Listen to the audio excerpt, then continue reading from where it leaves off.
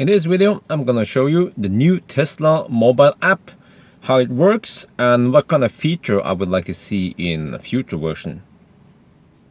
So this is how the screen looks like. This is like the home screen, and there are some improvements.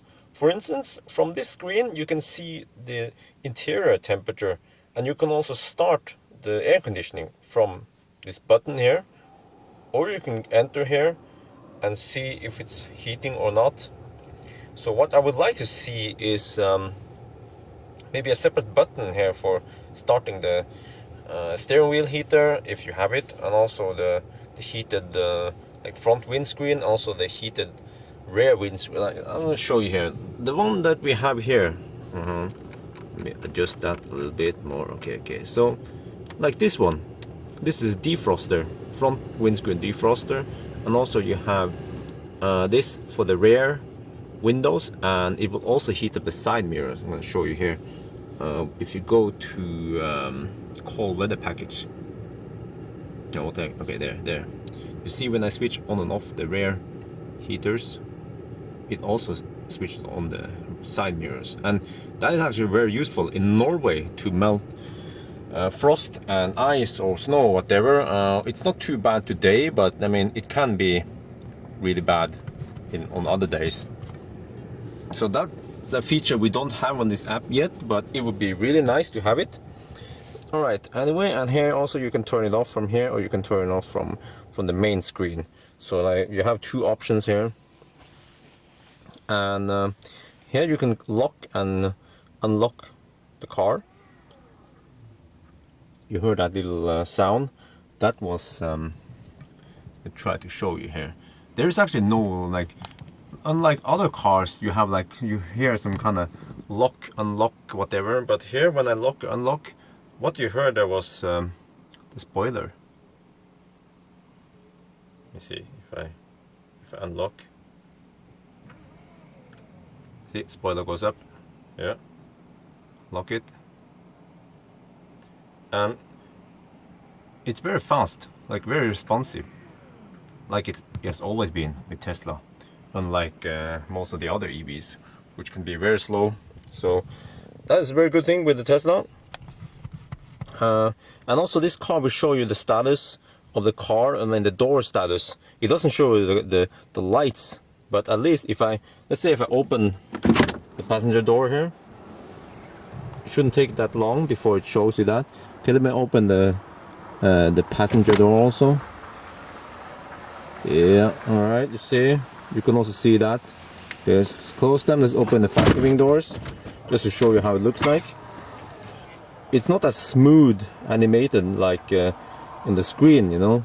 So but still it will show you whether it's open or closed, whereas on the car screen, let me show you here, it's much smoother. It will actually mimic, or it will give you more or less the same feedback as how the reality is.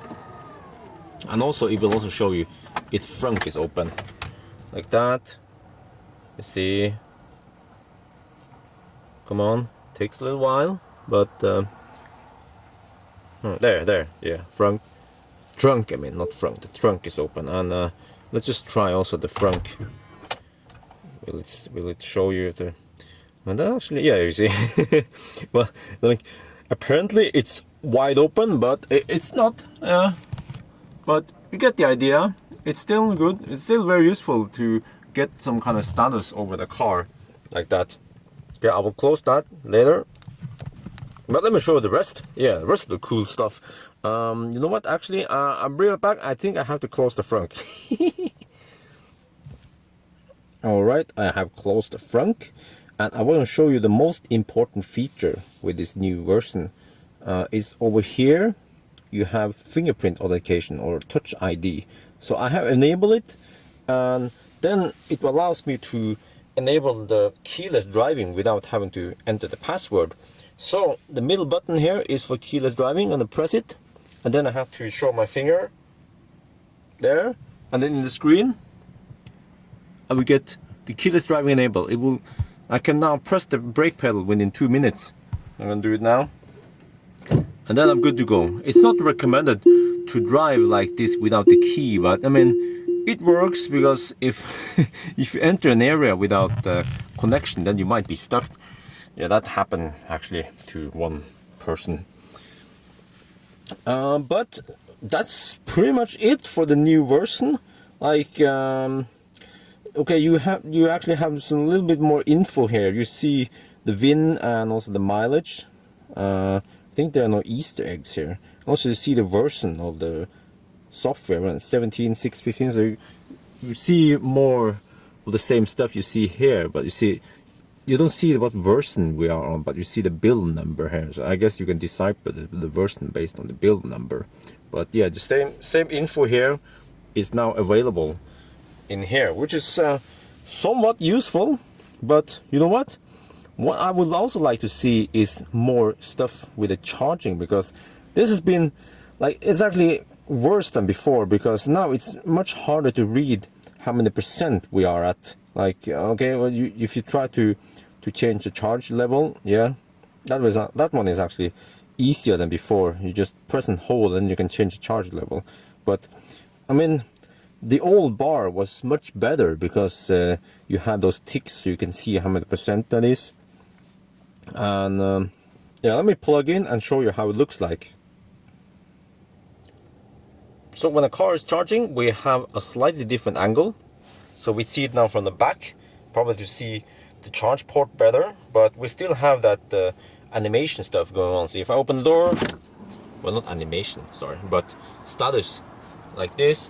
And oh yeah, you know what? I want to see how the Falcon Wing doors look like when they open, and from that angle. Yeah, so let's try that just for fun. Yeah, oh yeah, yeah. Of course, it's bright. It's not. I mean, they only have like one version here, except for the color of the exterior. But interior, you see, it's always black seats, and I believe also the 7-seater. But now on the charging screen here, you see how many kilometers per hour I'm charging on. I just plugged in. That's why it's kind of slow. This is let me see. I'm gonna prepare that one. So it's 24 amp. I have the high voltage. I mean, sorry, the high power charger, the upgraded one. So I can charge at maximum 24 amp at 400 volt. So this is 16.5 kilowatt AC or 14 kilowatt DC after charging loss. So it will stabilize at around 75 kilometers. But what I'm missing on this screen is how to adjust the charge current. Because if you see on the car screen here, you can adjust how many amps you want to charge at. And why is this useful? Well, many times when I'm at home I have a blue plug, and I mean I could pull 32 amp from the blue plug, which the blue plug, by the way, gives you 230 volt, single phase, 200, yeah, up to 32 amp. But if I pull 32 amp at home, I will blow the main fuse. So most of the time I actually charge at 20 amp. But it would be kind of useful to sometimes charge at higher amp. But now, in order to do so, I mean, to change the current, I have to go outside, and it's a little bit cumbersome. I mean, yes, I can do it, but you know, I would like to do it from the sofa or from the bed or something, you know. So that's a bit unfortunate. And also here we actually have, well, very, very simple scheduled charging, where you can choose when you want to. Oh yeah, actually I switch on scheduled charging and I won't charge until midnight. But this little feature here, at least, okay, they have scheduled charging, at least they should give me that feature in this app. But not only that feature, what I'm missing is more advanced scheduled charging, like BMW and Volkswagen app has, where you can have multiple schedules based on day, repeating, and also you can choose if you want to preheat the car or not. And yeah, so you know, the other cars have it. It's about freaking time that Tesla get it also, because the scheduled charging and preheating can solve some problems for some people where they don't have connection with the car. Maybe they have a park it in the garage or something, you know. So that's a very nice feature that we should get. Yeah. What else? Let me see. I'm going to show you here the control. This one is more or less the same as before, where you can, you know, flash. It's not very useful actually to flash or honk. It's like fun to do the first few times, and then I never use it. Valet mode also works as before. You can switch this on. You have to enter a pin code, 4 zeros, and then enable valet. And then let me see, it should switch. Yeah, so see, it switches here. Now it says valet here. Yeah. So then the car is restricted, and then you can switch it off here. Let me see. I'm gonna do that. Switch it off. Okay, and I can clear pin. Oh, actually, now it went back to my other profile. Clear pin. Yeah. But also, what I would like to see is. Let me see. So you have the climate, yeah. This one, well, of course, I have a Model X, but you know the Model S app can only like ventilate the panorama roof, but the API will actually allow you to like open it full or how many % you want, and you see, like pretty much whatever you can get via the API should also be available in the car. I mean, sorry, in the app. I don't know why they have restricted it so much, because if you want to have all the nice features, you have to get like a third-party app. But I mean, I believe that Tesla, they should fix it so that the Tesla's like official app is the most desired app, because I mean the API is there, all the info is there, so why not just, you know, give it to us? Yeah. But yeah, I think that's it. I'm not gonna waste your time, your people's time anymore. Oh yeah, there's actually one more thing I have to show you, which is this one. It's a downgrade. Oh shit! Hang on. Okay, be right back. Okay, this tab used to be really nice before, and unfortunately, it's not that nice anymore, because I'm gonna, oh shit. Okay, there. I'm gonna set the car, put the car in gear, and then I will start driving slowly on the parking lot.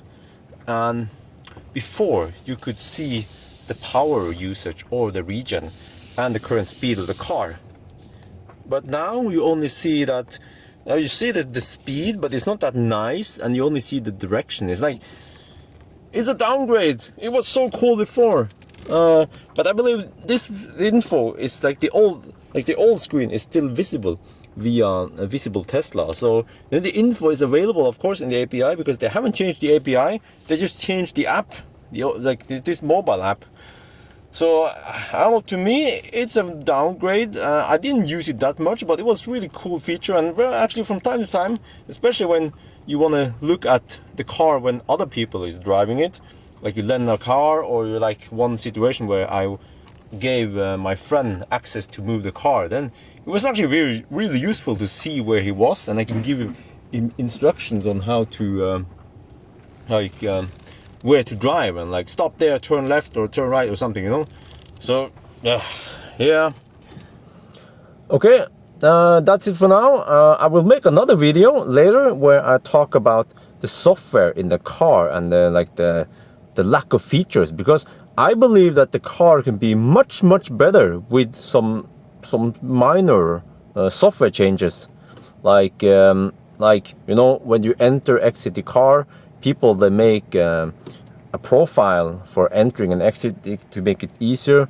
But you know, the car has lots of sensors, and it can actually figure out by itself whether we want to exit or enter the car, and then it can raise or lower the steering wheel or do something like that. But that'll be in a different video. So yes, again, that's it for now.